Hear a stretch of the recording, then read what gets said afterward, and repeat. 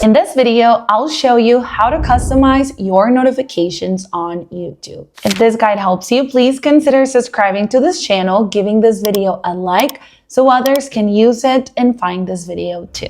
So the first thing we're going to do is to open up youtube.com, and we just need to make sure that we are logged into the correct channel. After you log in, what you're going to do is click on your profile picture, and you're going to select settings right here all the way to the right. Under account settings, you're going to click on notifications.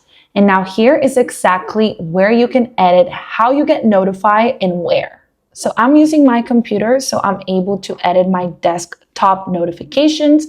If I don't want to receive any Chrome notifications while I'm on my computer doing work, I just simply don't want to be distracted, I'm going to turn this option off. Now, under your preferences is where you can actually turn off notifications from the channels that you're subscribed to.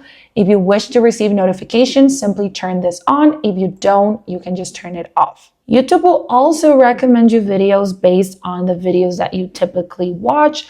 If you want that option on, you can turn it on or simply turn it off. And now the rest of these are just going to be activity from your channel. So if you post on YouTube and you want to be notified when someone comments, likes your videos and other stuff, you can turn this option off or on depending on what you want.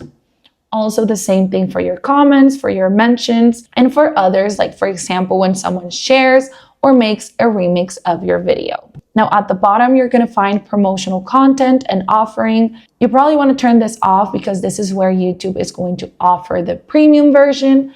In case you don't want that, simply turn it off. And now if you scroll down just a bit more, you're going to find all your email notifications. It's going to show you also the email where all these notifications are being sent to.